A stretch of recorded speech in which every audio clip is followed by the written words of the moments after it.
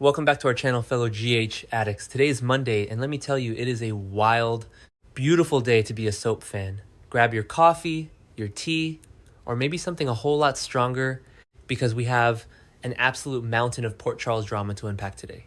Let's dive right into the madness because the spoilers for May 4 are completely off the rails. I cannot believe they did that. I am sitting here staring at my screen, typing furiously late at night because I am just so overwhelmed by what is about to happen at Carly's house. I mean, we all knew this was a ticking time bomb, right? We all knew that Carly, keeping Valentine Cassadine stashed in her attic while simultaneously sleeping with Jack Brennan, was going to blow up in her face. But to have it happen like this, I am losing my mind. Let's back up for a second because the build-up to this disaster is just chef's kiss soap opera perfection. Valentine is getting restless. He is stuck in that house, and he is desperately trying to convince Carly that he should escape to France for a bit. Why? Because he wants to talk to Anna Devane in person. He actually looks Carly in the eye and insists maybe she has information on Cullum that could help us bring him down. Am I the only one who thinks Valentine is being completely delusional right now? I love the man, but come on. Carly immediately argues back, and for once in my life, I am 100% on Carly's side. She points out that, from the sound of things, Anna does not have the mental capability to be of much help right now, and she is right. We all know what happened at Windermere. Ross Cullum literally gaslit Anna into a total mental breakdown by using that Cesar Faison get up the book. The cigarillos, everything. Anna is in a mental health clinic recovering from a severe psychic break. What exactly does Valentine think he's going to accomplish by showing up in France as a wanted fugitive? But wait, I'm getting ahead of myself. Because Carly's argument isn't just about Anna's mental state. Carly is terrified. She's worried that if Valentine flees the country, he might never return to her. And there it is. The vulnerability Carly is always trying to play the tough mob boss proxy, but deep down, she has massive abandonment issues. Valentine sees this, and he doubles down on his promise that he won't abandon her. He swears that even if he takes a sneaky trip to Anna's clinic, he will come back.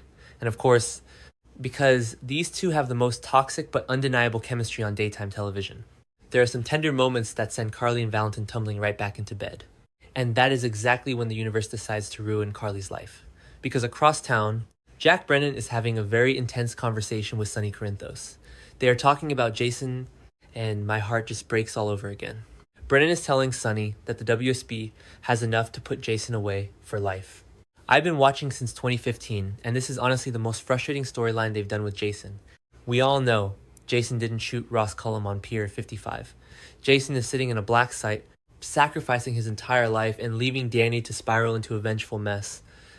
All because he is taking the fall for Rocco Falconeri. Rocco is the real shooter, and Jason is just protecting Lulu and Dante's kid. But Brennan doesn't know that, and the WSB doesn't know that. So Brennan finishes this heavy chat with Sonny, and he decides he wants to go see his girl. He decides to ambush Carly at home. I can just picture the scene now. The dramatic music playing, the camera panning up the stairs. Brennan winds up rushing right into Carly's bedroom, and he catches them. He catches Carly under the covers with Valentine. I am screaming. Carly's lucky streak has officially come to an end.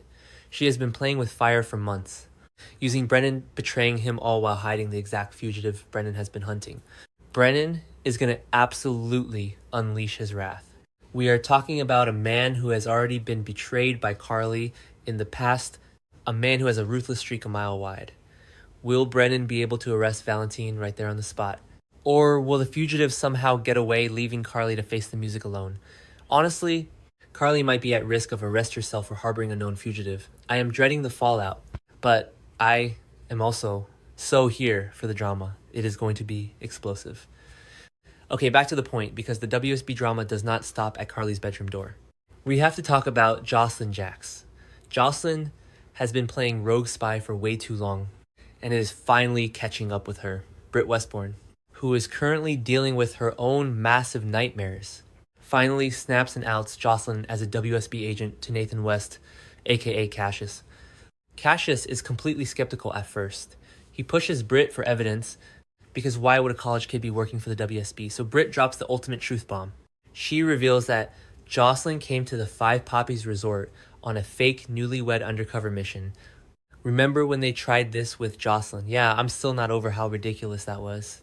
But it actually works perfectly here. Britt spells out the whole history how Josslyn wound up being held captive at the resort and could have literally been killed. Britt looks at Cassius and wonders if that is proof enough for him. And can we talk about how Josslyn is acting right now? She is so deep in this investigation that she is alienating everyone. She actually blows off her plans with Trina Robinson by insisting she has something really important that she needs to do.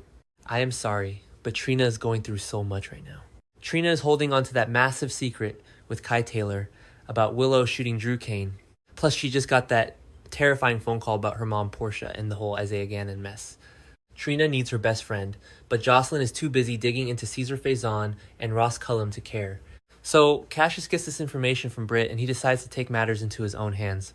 He corners Josslyn alone later, and he probably admits that Britt exposed her WSB connection, and then he grabs her arm. I am furious. You do not put your hands on Carly's daughter, especially not when you are a psychotic twin impersonating a dead cop. Cassius tries to put some fear in her, warning Josslyn that he will tell Ross Cullum about her WSB ties unless she stops digging around. This is a massive threat. Cullum is not someone you mess with. Cullum is the man who stabbed and murdered Marco Rios. Cullum is the man who gaslit Anna Devane into an institution. If Cullum finds out that Josslyn is WSB, especially after she visited his ICU room, he will make it his personal mission to wipe her off the map. Josslyn is in so much danger, and she is way too arrogant to realize it. I know some people are loving this fearless Josslyn era, but personally, I think she is being incredibly reckless, and it's going to get someone killed. Speaking of Britt and the danger she is in, Sonny Corinthos is finally stepping up. Sonny tracks down Britt, and I am guessing he wants to discuss Jason. Sonny knows that Jason would want Britt protected. Jason took a bullet for Britt in the past, and he cares about her deeply.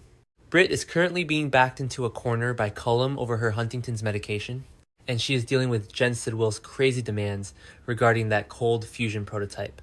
She needs a protector. So Sonny drops a massive piece of news. He admits to Britt that he has hired Ethan Lovett to pitch in while Jason's gone, and he offers to have Ethan look out for Britt. Yes, I am so incredibly hyped for this. Ethan Lovett returning to Port Charles has been the highlight of my month. We all know Ethan has a massive grudge against Jen Sidwell for what Sidwell did to his mother, Holly Sutton. So having Ethan act as Britt's bodyguard while simultaneously plotting to wipe Sidwell off the map for Sonny. It is brilliant writing. Ethan is lethal, he is charming, and he's exactly what Britt needs right now to keep Cassius and Cullum off her back. But wait, let's switch gears for a second, because we actually have a moment of sweetness amidst all this mob and spy chaos. In Jordan Ashford's room at General Hospital, she gets a visit from a not-so-secret admirer. And it is Brick. Brick shows up with flowers and manages to cheer Jordan up a bit. I am so relieved to see Jordan smiling.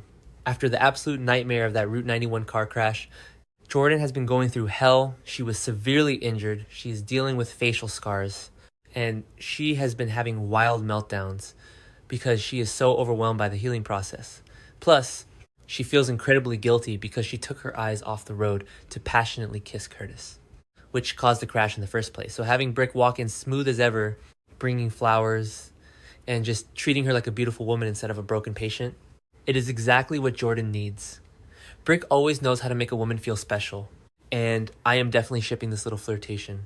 Meanwhile, speaking of that horrific Route 91 crash, Brooklyn Quartermain is an absolute nervous wreck, and I do not blame her one bit. She is still completely stressed out about the driver cover-up that Tracy Quartermain pressured her into. Am I the only one who is physically stressed watching Brooklyn right now? She hit that guardrail while she was tipsy, and instead of stopping, she kept driving because she was terrified of failing a breathalyzer. She didn't even realize Jordan and Curtis had crashed, but now she knows, and the guilt is eating her alive. Tracy is enforcing this strict, toxic cover-up, demanding that Brooklyn never breathe a word of this to anyone, not even her husband Harrison Chase. This is going to destroy Brooklyn's life when it comes out. She and Chase were just conditionally approved by Willow to be the foster parents for baby Phoebe. If the truth comes out that Brooklyn was involved in a hit and run and fled the scene, social services will rip that baby right out of their arms. Chase is a cop. He's going to be devastated that his wife lied to him about something this huge. I am dreading the moment this secret explodes, because Brooklyn has worked so hard to redeem herself, and Tracy is dragging her right back down into the Quartermain mud. Finally, let's end on a positive note because we all need it.